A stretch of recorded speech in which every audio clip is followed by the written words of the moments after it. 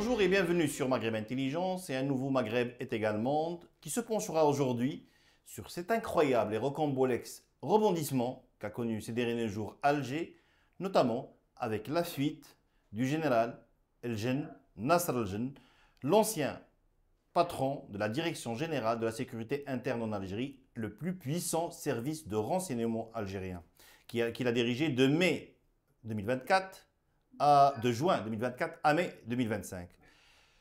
C'est la véritable boîte noire du régime qui a pris la poudre d'escampette sans que l'on sache où. En Espagne, encore en Algérie, on n'en sait rien, personne n'a communiqué officiellement sur cette fuite. Et ce qui a jeté le discrédit sur le travail des services algériens, mais aussi a suscité un vent de panique totale à Alger. Après, on s'attaquera au problème de la santé, au secteur de la santé au Maroc, qui vit une fois une situation à deux vitesses, comme le roi l'avait dit dans son discours, un Maroc à deux vitesses. À Agadir, l'hôpital Hassan II a été le théâtre de beaucoup de décès, notamment de femmes enceintes, ce qui a fait réagir le ministre, un peu tard disent les uns, un peu maladroitement disent les autres. De toute façon, on en saura un peu plus avec nos invités. Avec moi aujourd'hui depuis Rabat, Moun'im Amarani, consultant de Maghreb Intelligence pour les affaires internationales, et Walid Kibir, journaliste et politologue algérien. Bonsoir tout le monde. Bonjour Karim.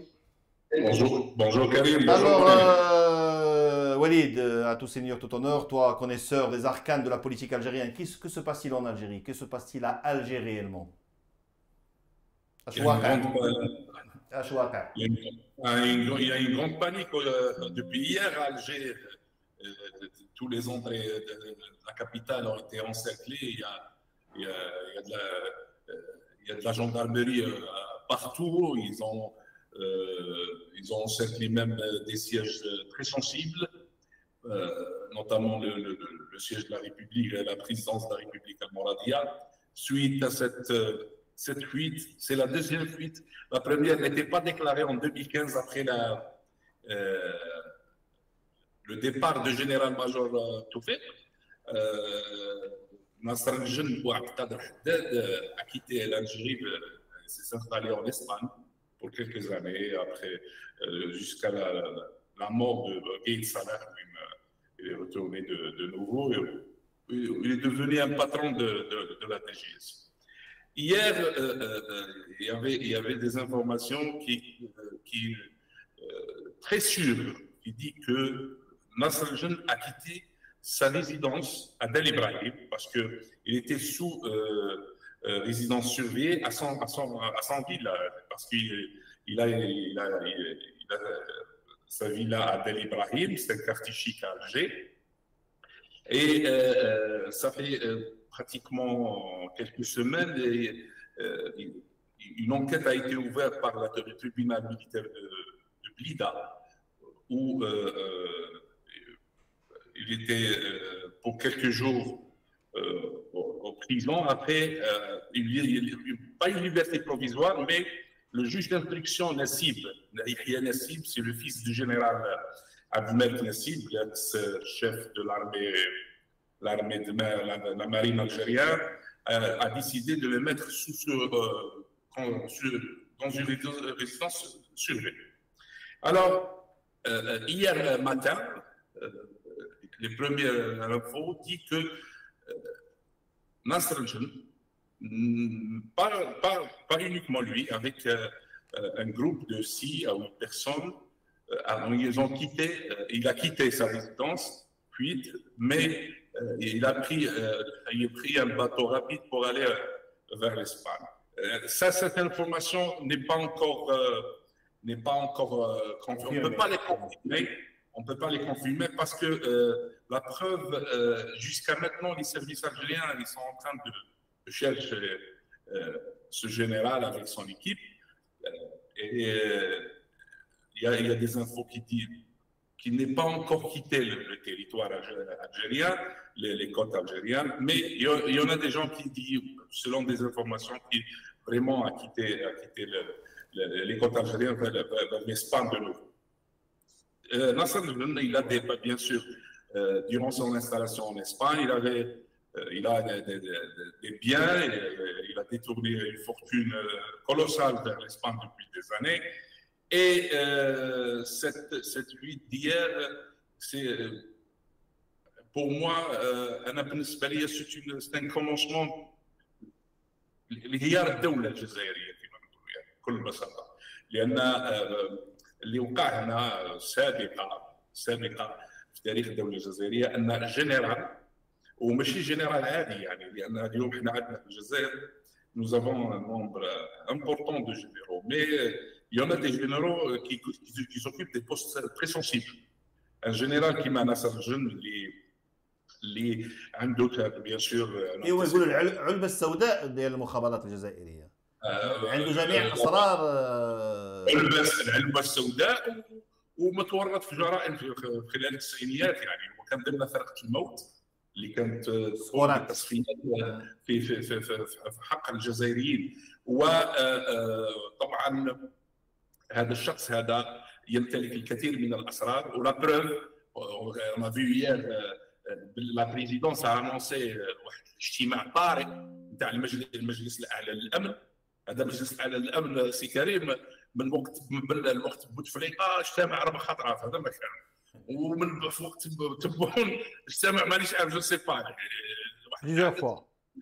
لان باش نقولوا مجلس اعلى للامن امر جلل يعني هما داروا اجتماع طبعا بخصوص هذه الكارثه حلت اليوم بالنسبه لهم كارثه لان خروج ناصر الرجل من الجزائر ولا هروبه يشكل عليهم خطر الان ان هناك اسرار هناك ملفات. الرجل كان مسؤول عن المخابرات الداخليه دونك كان يدير دي زونكيت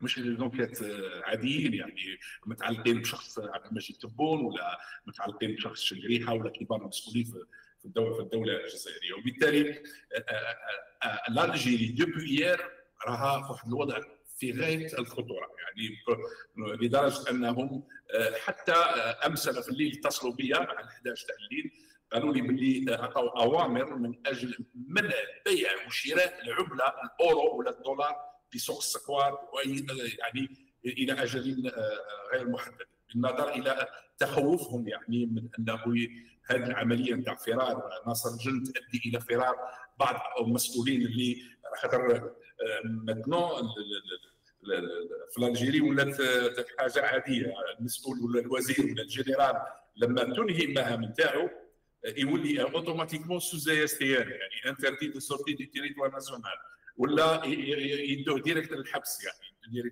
كيما ولا يفرضوا عليه الاقامه الجبريه كيما نادي العرباوي. Justement, Walid, pour faire participer Moun'im à ce débat, en quoi réellement la fuite de Nasser al-Jeune serait une menace pour le régime algérien?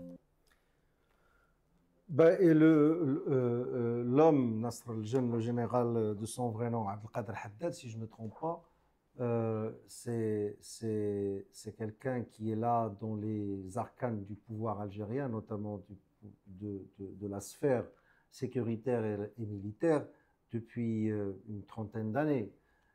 Il était là durant ce que les Algériens appellent la décennie noire, c'est-à-dire pendant cette période des années 90 du siècle dernier, où l'Algérie a vécu une terrible guerre civile entre l'État algérien, les mouvements terroristes, islamistes, etc. Et puis, depuis quelques années, après, comme il a dit Walid, il était parti parce qu'il était tombé en disgrâce, donc il avait quitté déjà l'Algérie. Puis après, il est revenu aux affaires d'une façon dans un poste très très puissant. Et d'après les informations qui ont commencé à sortir aujourd'hui, parce que hier il y avait des informations plus ou moins contradictoires, tard dans la nuit.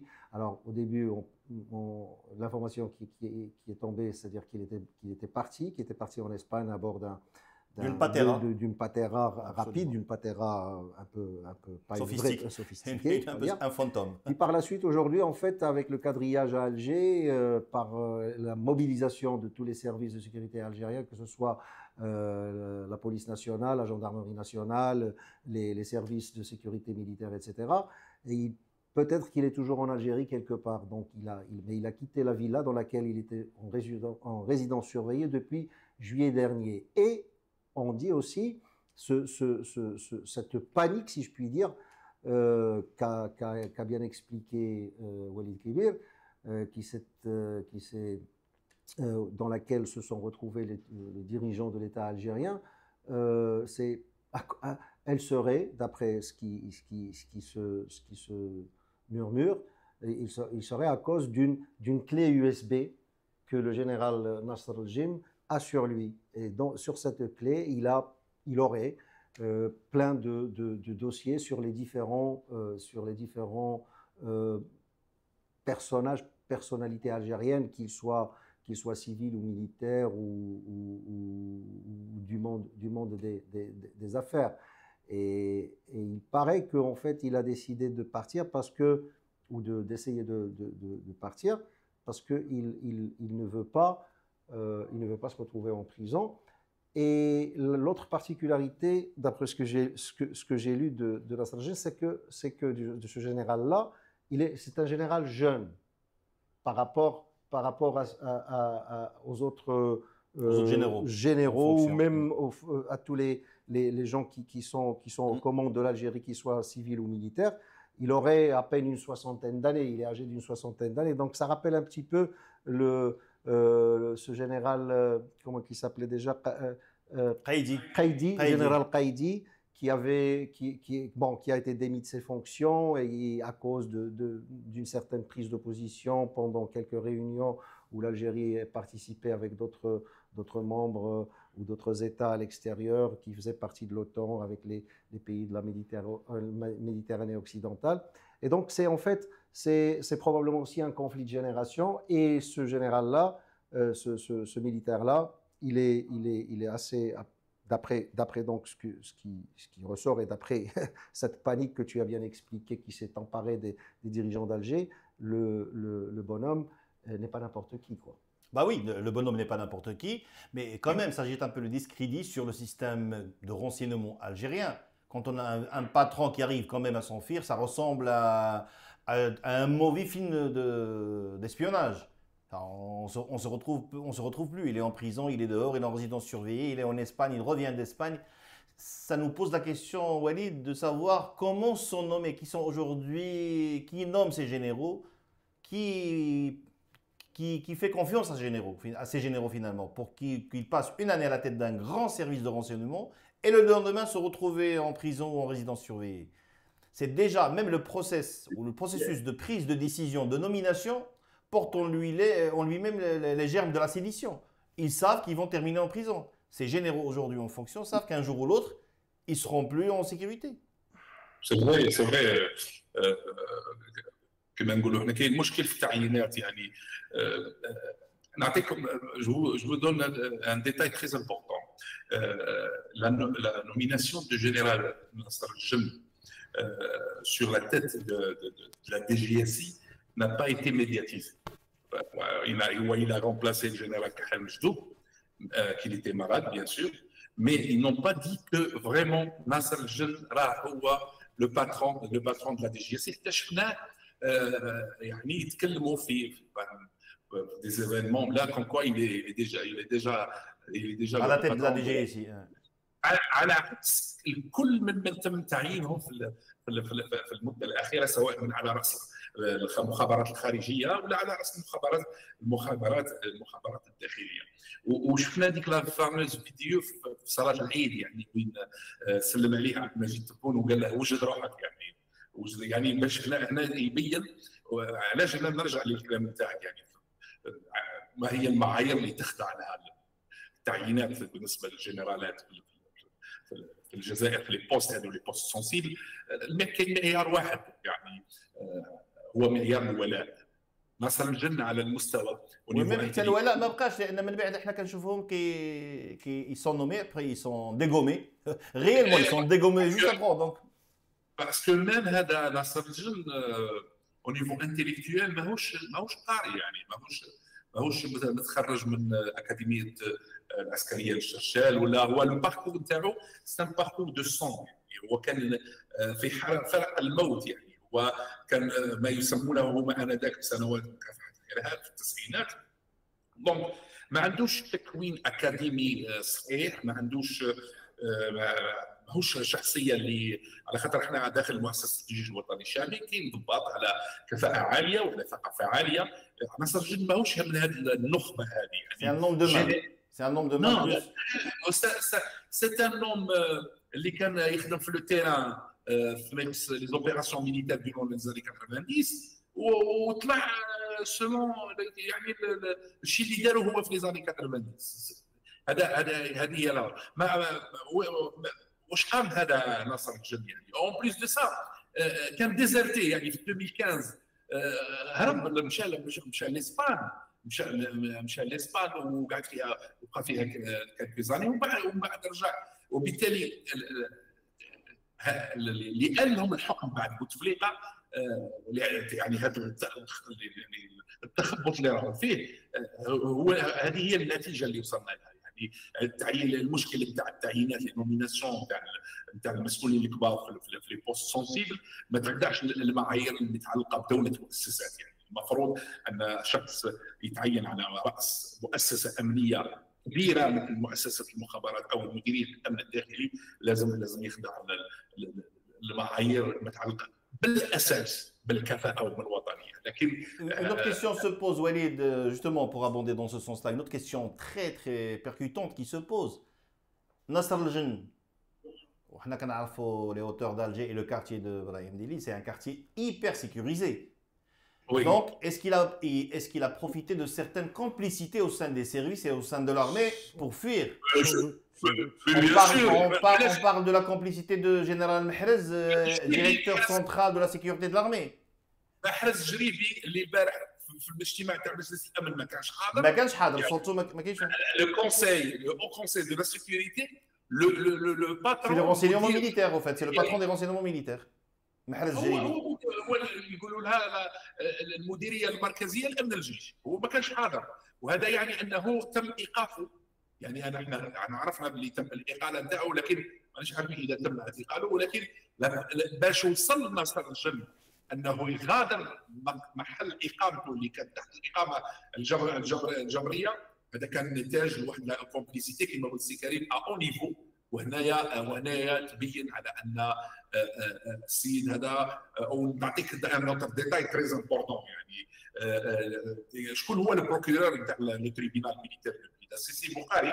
هو البخاري في الوقت الحالي حتى توقيت مغادره ناصر الجن او فرار ناصر الجن في نتاعو جاء بالتزامن مع وجود البروكيرور دي تريبينال ميليتير سي بخاري في مصر. يعني راه في مصر في الوقت الحالي راه يزور، ما عرفتش كاين الى المعرض ولا يعني.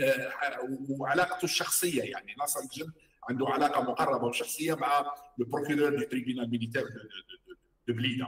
وما حبش يشغل. انا اعتقد حسب ما اعتقد ان التوقيت نتاع اختيار هذا التوقيت بالتزامن مع وجود الوكيل للجمهوريه لدى المحكمه العسكريه خارج الجزائر، هذا باش ما يخرجوش في هذا المساله. لكن لا كومبليسيتي نتاع المسؤولين الكبار في الجيش بخصوص لافويت نتاع ناصر الجن هذه مؤكده، لان نون سيلمون كارتي دالي ابراهيم سي كارتي شيك والمراقبه قويه. يعني كاميرات بيان سور هو ماهوش شخص عادي، هو مسؤول المخابرات الداخليه السابق، يعني حاطين عليه العين. وكما كان منعم عنده الملفات، عنده الاسرار، بالتالي هذا راه تحت الحراسه لمده 24 ساعه. كيفاش هرب لو كان ما كانش كاينه كومبليسيتي او نيفو؟ وهنا ظهر لنا ان الجنرال محرز جريبي اللي هو المديريه المركزيه لامن الجيش اللي تم ايقافه يمكن عنده علاقه قويه بهذا الحدث الجلل، الشيء اللي وقع امس واللي هز اركان النظام الجزائري. Mounhaim Amrani, est-ce que tu penses qu'aujourd'hui le système militaire algérien, le RIG, est en véritable crise? Parce que si on parle de deux généraux, un en fuite, l'autre arrêté, qui était au centre des services de renseignement algériens, un procureur de la République qui est absent, une réunion d'urgence du Haut Comité de sécurité ou de la Haute Commission de sécurité en Algérie, cela ne préfigure rien de bon. Oui, on est tenté de répondre oui. De toute façon, dans un pays comme l'Algérie, il n'y a pas que l'Algérie qui est dans ce cas-là, mais il y en a d'autres pays avec lesquels on peut comparer l'Algérie. Mais bon, je ne vais pas me lancer dans des comparaisons. Des pays, pas forcément en Afrique ou dans le monde arabe, mais dans d'autres sphères. C'est déjà que ce soit un militaire qui dirige la sécurité interne du pays, c'est quelque chose qui est assez exceptionnel, pour ne pas dire autre chose, hein. Normalement, la direction du contre-espionnage, La DGSI.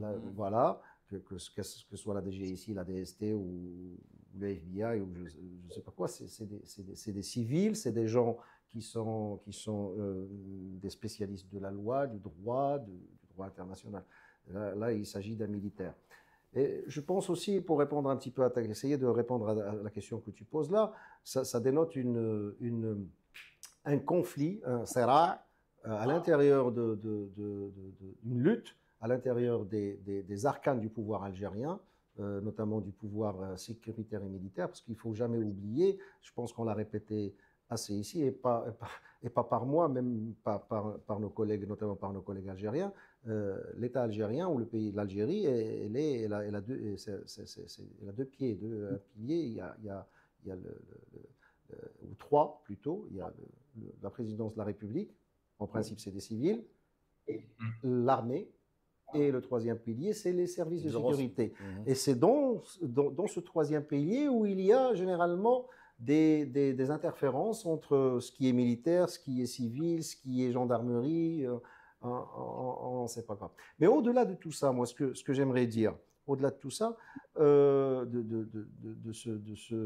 cet épisode dans ce qui se passe en Algérie, qui est assez impressionnant en fait, notamment parce que si on croit les informations qui ont sorti et que j'ai répété dans ma première intervention, que le général en question, il posséderait en sa possession des dossiers sensibles sur pas mal de gens. Donc, au-delà de tout ça, sa mission, d'abord, ce n'est pas de faire des dossiers sur les gens. En principe, la mission d'un service de sécurité interne, c'est d'essayer de protéger la société. Théoriquement, voilà. Dans tous les pays, les services de renseignement ont des dossiers sur les gens. Mais au-delà de ça, je ne suis pas sûr. Je ne pense pas que ce qui se passe en Algérie va aider justement ce pays-là, un pays pivot en Afrique et dans la région de la Méditerranée occidentale, à sortir au contraire, à sortir de ce manque de sérieux, de ce manque de lisibilité, de clarté qu'il projette vers l'extérieur.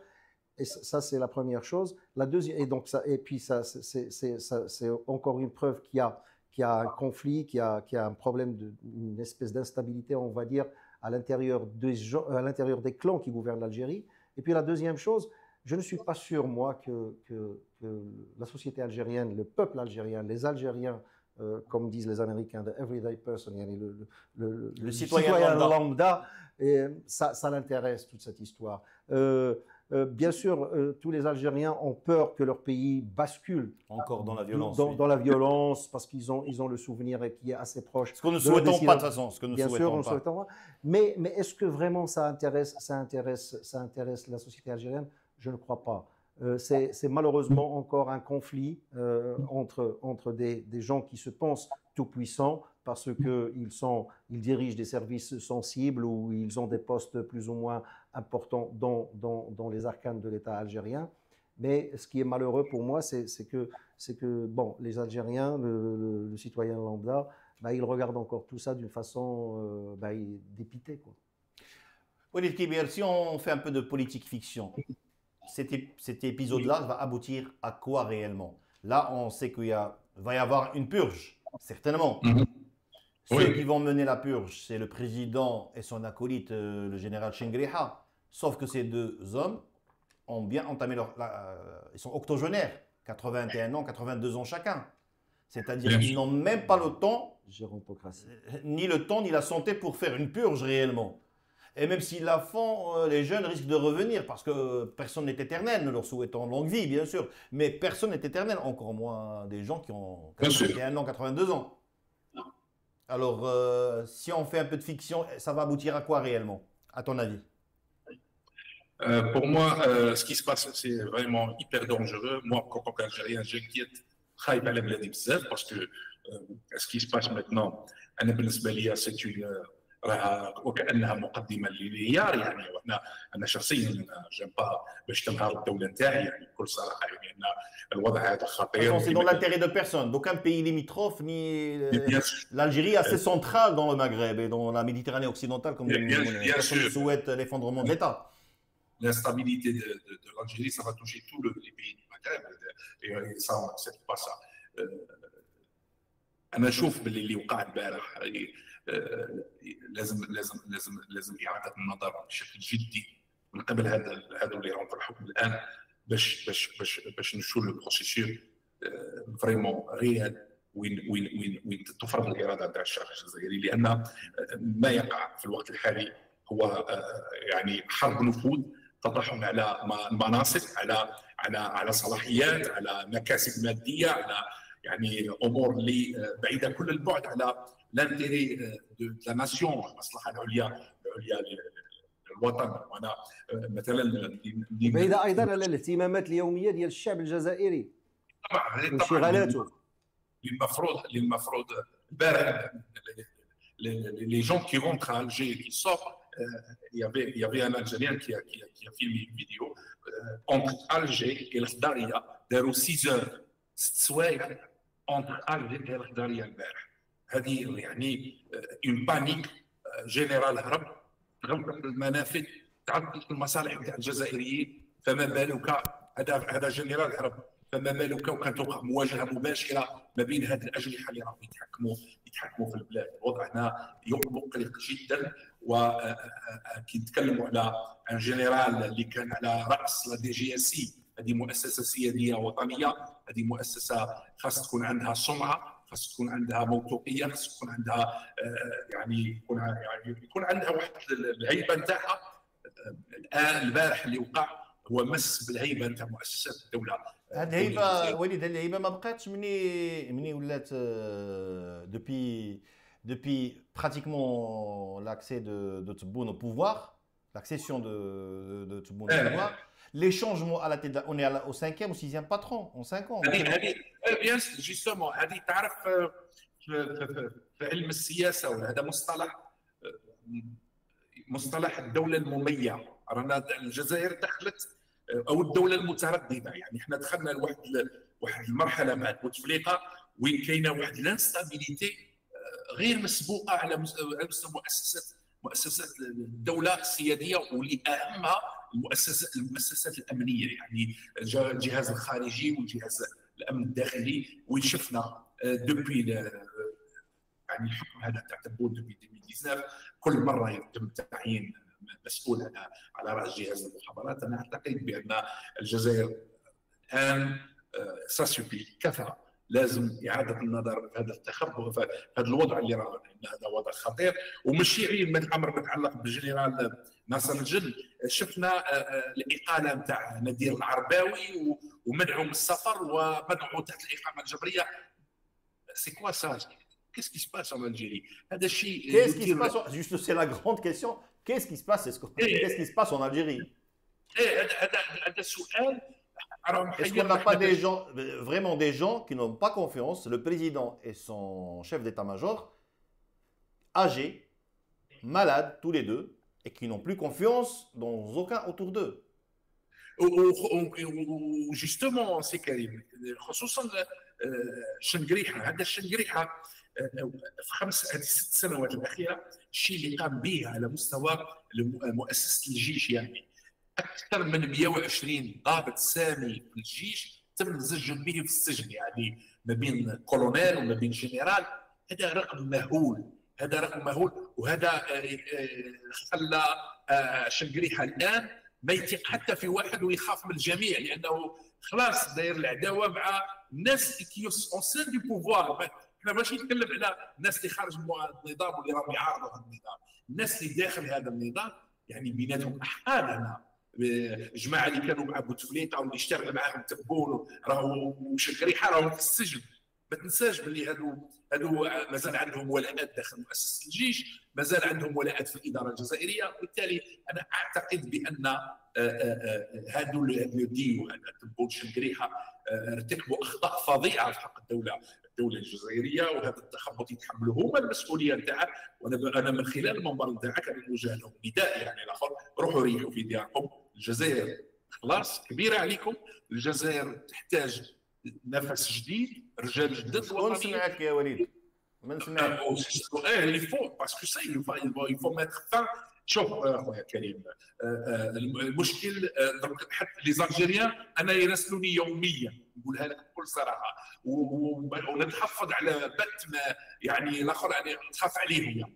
يقول لك بغينا نهربوا. اليوم الصباح رسلوا لي ارسل لي واحد يشتكي من الجنرال التلمساني ويقول لي راه باغي يطردني بالسكن. يعني كاين ils ont perdu la confiance، les Algériens perdent la confiance في هذا البوفوار، في هذو اللي راهم يحكموا في الوقت الحالي. فو متر فان هذا العبث اللي راح على المستوى الداخلي واللي راح على المستوى الخارجي. حتى الجزائريين على مستوى العلاقات الجزائر مع الدول ما عادش يفهموا لو كومبورتمون لا دبلوماسي الجيريان مع لي بيي، ما ولاوش يفهموا. شوف نقاش كثر في المده الاخيره حول pourquoi on est toujours en conflit avec le Maroc. Il faut mettre fin à cette situation. Ça y est, les Algériens n'acceptent plus le comportement تاع les médias اللي تابعين هذا النظام وهذا الخطاب الاعلامي اللي بان باللي خطاب متناقض، الخطاب الاعلامي والسياسي تاع النظام الجزائري. دونك انا جو كروا اللي ممكن جدا ما يحدث في الوقت الحالي قد يدفع الى تحرك الشارع في القاهره. Il faut mettre fin à ce duo, au règne de ce duo apparemment incompétent et déstabilisateur pour l'Algérie. Il faut aussi mettre fin à ce que connaît le système de santé au Maroc, Mounaïm. On a vu ce qui s'est passé à l'hôpital Hassan de Agadir. Nous vivons ici, nous avons des familles partout. Aujourd'hui, les gens se posent la question, à quoi bon avoir des stades qui coûtent des millions et des millions d'euros si on n'a pas un système de santé efficace? Agadir, ce n'est pas n'importe quelle ville, c'est la ville du chef du gouvernement, c'est une ville touristique, c'est une ville qui est riche. Comment aujourd'hui peut-on admettre qu'un hôpital soit aussi délabré, soit aussi mal géré, avec des absences, avec des décès injustifiés, avec manque de médicaments et de matériel? On va dire, est-ce que aujourd'hui la plaie au Maroc, c'est le système de santé? Oui, je pense que le système de santé marocain, ça, tous les Marocains le savent. En fait, l'histoire de la manif qu'il y a eu autour de l'hôpital Hassan de Agadir n'a fait que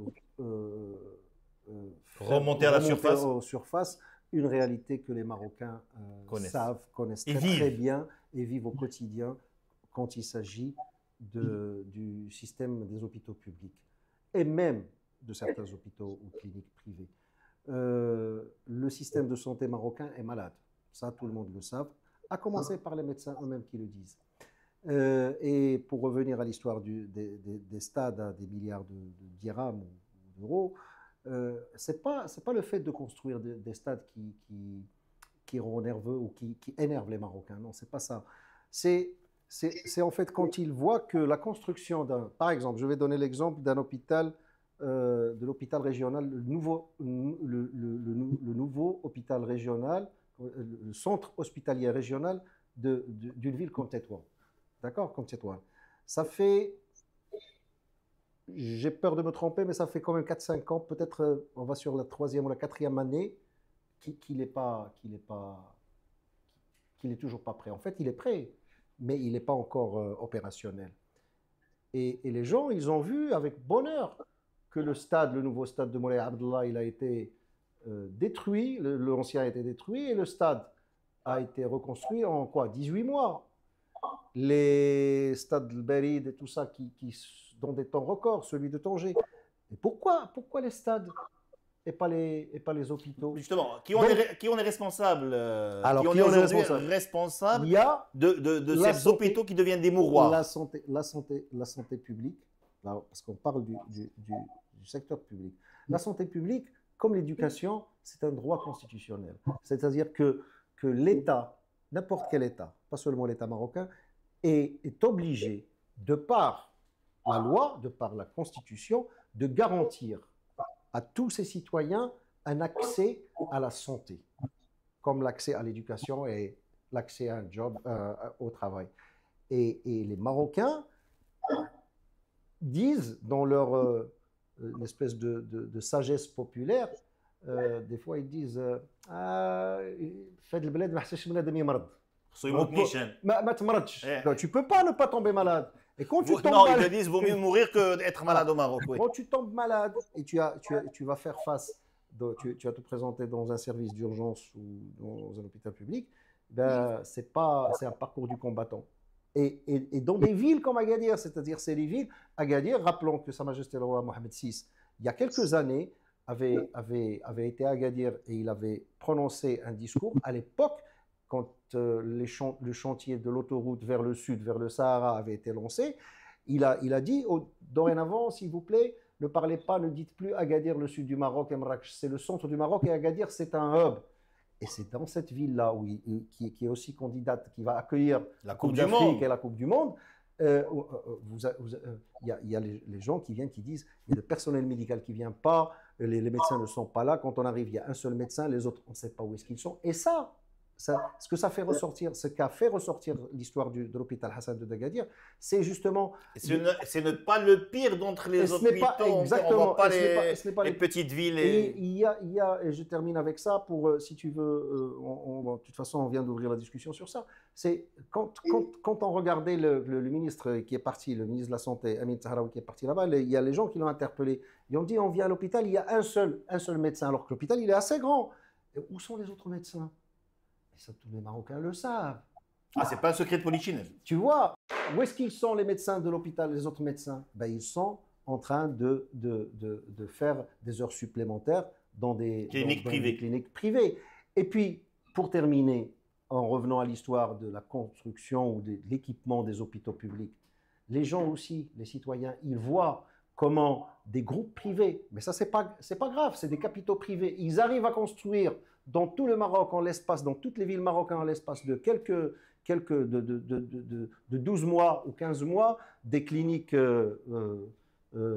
polyvalentes, avec toutes les spécialités, avec tous les équipements qu'il faut, mais pas l'hôpital public. Est-ce que l'État marocain, après plus de 70 ans d'indépendance et tout ce développement qu'on a vu depuis une vingtaine d'années, n'est pas capable de bien équiper ses hôpitaux publics? Apparemment, non. Et incapable de gérer un hôpital public. Ça, c'est de la gestion, parce qu'on les construit, les hôpitaux. On a le matériel, on les achète, mais après, c'est la gestion des ressources humaines, c'est la gestion des malades, c'est la gestion de ce complexe hospitalier. Parce que là, on construit. L'État fait l'effort d'investir et de construire. Mais est-ce que les gouvernements, est-ce que les responsables de secteur arrivent à gérer? Donc, il y a un problème, moi je dirais, pas de gestion, il y a un problème de direction, il y a un problème de surveillance, de voir, de contrôle. Là, on est en plein... par les services concernés. On est en plein dedans. Voilà, est-ce que ces gens... Comme a dit le roi Mohamed VI, voilà. On est en plein dedans sur un Maroc à deux vitesses. Un Maroc où les cliniques privées marchent très bien et se construisent rapidement. Et la santé publique qui apparemment laissé... C'est le même problème qui existe aussi dans le secteur de l'éducation. Et je pense que le plus grand problème que nous avons ici dans ce pays, c'est justement ce manque de sérieux quand il s'agit des biens communs, des biens publics, que sont les hôpitaux, les écoles. Alors, bien sûr, il y a une idéologie qui n'est pas seulement au Maroc, qui dirige plus ou moins le monde actuellement, c'est l'idéologie néolibérale, que le secteur privé ceci, le secteur privé cela, il est plus flexible, il est meilleur gestionnaire, etc. Toute cette rengaine, ou toute cette histoire-là. Mais en fait, ok, il n'y a pas de problème. Mais l'État doit veiller à ce que, parce que tout le monde ne peut pas aller se payer une école privée ou un hôpital ou une clinique privée pour se soigner. Il faut qu'il y ait un bon contrôle et une meilleure gestion des hôpitaux publics et des services publics, et qui doivent rester publics. Parce que si on privatise tout, eh ben, ce n'est pas un Maroc à deux vitesses, ça sera un Maroc à une seule vitesse. À une seule vitesse. Injuste. Exactement. هل يعقل سي وليد، هل يعقل وأنت تعيش بين ظهرانينا ومعنا كأخ وكصديق، وتقاسمنا هذه الهموم، هي الهموم مشتركة لأن كنمرضوا كاملين، ولادنا كيمرضوا. هل يعقل أن في مدن كبيرة من حجم أكادير اليوم نلقاو لي زانفراستركتور لوديك ديال اللعب وديال وما نقدوش نسيروا مستشفى يموتوا، مازال الناس كتموت، مازال les femmes meurent en accouchant, ce qui ne doit plus exister depuis une trentaine d'années aujourd'hui. مازال وماشي وحده ولا جوج. Les gens meurent dans les hôpitaux où normalement, théoriquement, ils doivent être soignés. هذا بكل بساطه ما يشرفش المغرب يعني، اللي شفناه في اكادير يعني بكل صراحه. ولو انا نشوف انا عندي واحد ملاحظه بخصوص قطاع الصحه في المغرب يعني. لو غران بروبليم اللي يعاني من هذا القطاع هو لي ريسورس هيومان، لان كاين خصاص كبير بارابور وهذو سي ستاتيستيك يعني بارابور لي زابيتون، كومبيان دو ميدسان، كومبيان دانفيرمي. المغرب فيما يخص لي ريسورس هيومان في السيكتور دو سونتي هذا هو البروبليم. لان اذا شفنا مثلا انا البارح شخصيا قعدت ندوكيمونتي سور لي بروجي l'infrastructure dans le secteur de santé au Maroc, يعني, ce qui est en train de construire comme des hôpitaux publics يعني ماشي بريفي يعني نتكلم عن الببليك يعني. كاين واحد التقدم، كاين واحد الديفلوبمون لا، كاين مشكل تاع التسيير وكاين مشكل تاع الخصاص par rapport à la population. N'oublie pas, le Maroc c'est un pays que pratiquement il y a 40 millions d'habitants يعني ماهوش بلد صغير يعني، كاين عدد كبير تاع السكان. دونك باش توفر خدمه عموميه، وهنايا الكلام اللي قالوا سيمونين اتفق معاه، on peut pas privatiser tous les hôpitaux باش نقدم خدمه عموميه وناسوري الخدمه العموميه في السيكتور دو سونتي. لازم الاستثمار في الجانب البشري يعني. فو كاين باغ اكزومبل دي ماروكان انا بزاف نعرفهم ما تمكنوش باش يعني يكملوا قرايتهم فيما يخص لا ميديسين ولا لا فارماسي، خصهم يمشوا يقروا في ليترونجي يعني، يمشوا لي بي يبايو ويمشوا يخلصوا فورافوار. انا بالنسبه لي لو ماروك ا بوزوان دو توس، ا بوزوان الجميع يعني عدد اكبر من العدد اللي راه متوفر في الوقت الحالي، لا من ناحيه الاطباء ولا من ناحيه. وبالتالي اذا كان لو نومبر متوفر كما يلزم وتكون اون بون جيستيون، تتقلل من هذه المآسي يعني. 8 تاع لي فام انسانت يموتوا هذه في 2025، والمغرب مقبل على ورشات ضخمه ومشاريع كبيره.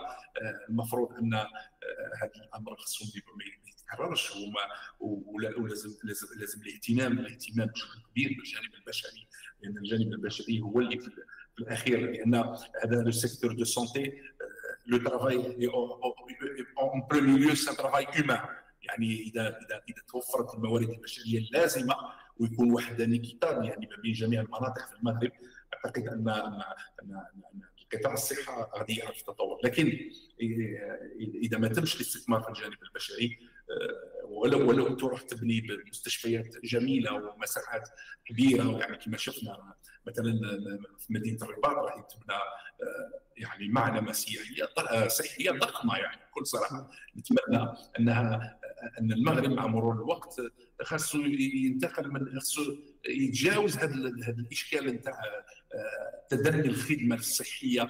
لا ولو ان كاين بدرجات متفاوته. انا عن تجربه شخصيه يعني قمت بعمليه جراحيه السنه الماضيه في المستشفى الجامعي في وجده. صحه اوكي، والدي يعرفوه ويبغوه ومنا والاخر، مي كاين ان سيغتان بروفيسيوناليزم او نيفو دو لوبيتال يونيفرسيتير دو وجده. وانا شفت بعيني امور اللي اتلجت الصدر يعني بكل صراحه.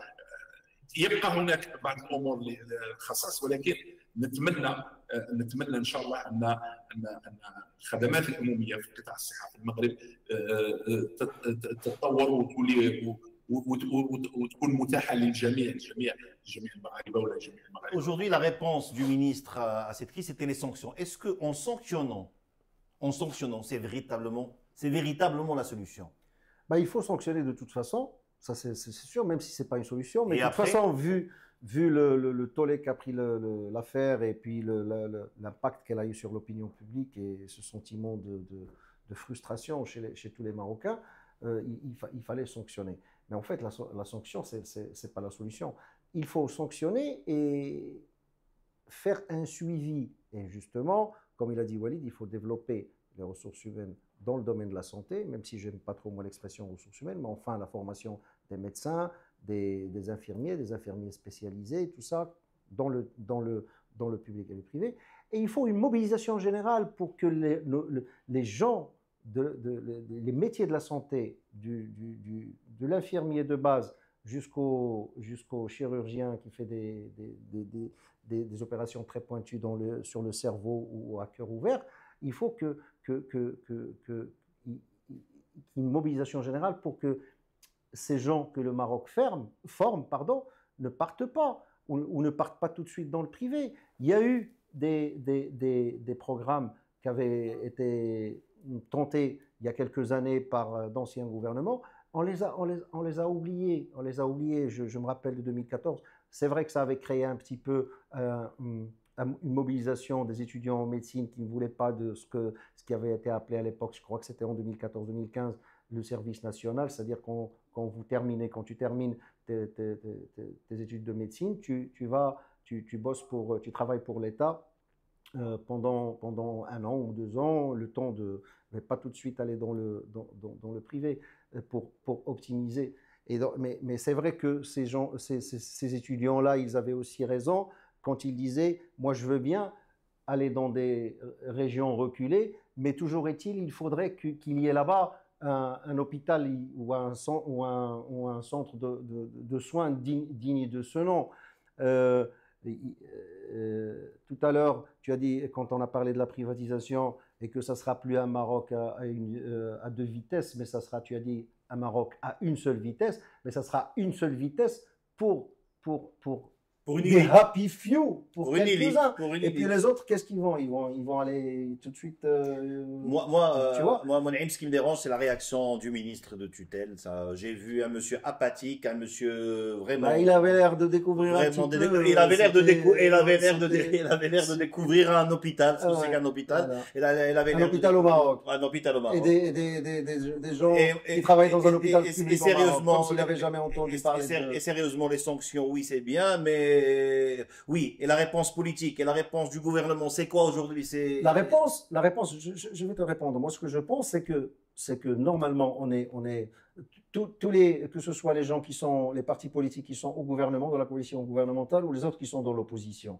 Et déjà, le roi, dans le discours, dans le discours du trône, il avait demandé au ministère de l'Intérieur de bien préparer, de rassembler tout le monde pour préparer les élections de l'année prochaine. En 2026, on va élire un nouveau Parlement et donc un nouveau gouvernement. Ce problème de la santé publique, il faudrait que ce problème-là soit au cœur des programmes de tous les partis politiques et des discussions et des débats publics dans ce pays-là. Pas la Coupe du Monde. Alors, tout le monde parle de gouvernement de la Coupe du Monde. De 2030, là, parce que c'est le gouvernement qui va sortir des élections de 2026. Il sera là en 2030 pour terminer, enfin, bien avant 2030, pour organiser cette Coupe du Monde. Moi, tu sais très bien que je suis un fan de foot et je suis très content que le Maroc organise la Coupe du Monde. Mais la Coupe du Monde, elle va, j'allais dire, s'organiser toute seule. De toute façon, tout est lancé, sera pris. Mais pour les préoccupations des Marocains, pour répondre, que ce soit le ministre ou les responsables des partis politiques qui sont au gouvernement ou à l'opposition, normalement, s'ils sont sincères dans leurs déclarations pour préparer les élections et tout ça, s'ils sont vraiment sincères, c'est ce problème-là qui doit être posé, le problème de la santé publique, et avec la santé publique, l'école publique. Parce que sans santé publique, sans école publique, on peut construire tous les meilleurs stades du monde, on peut organiser la meilleure Coupe du Monde de football ou de handball ou de futsal ou de ce que tu veux, mais on sera toujours à la traîne.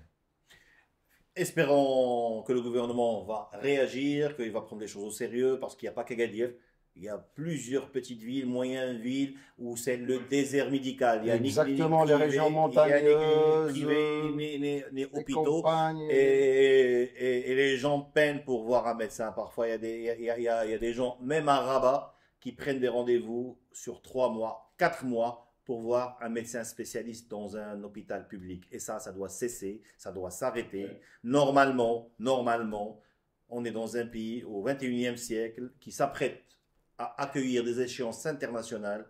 Il faut, comme on soigne nos stades, comment on sait les gérer, savoir aussi bien gérer nos hôpitaux publics et les mettre à disposition des citoyens. Merci d'avoir été avec nous dans ce Maghreb est également, qui finit sur une note un peu triste. Merci Walid Kibir, merci Mounia Mamani. Et à la semaine prochaine sur Maghreb Intelligence et Maghreb est également.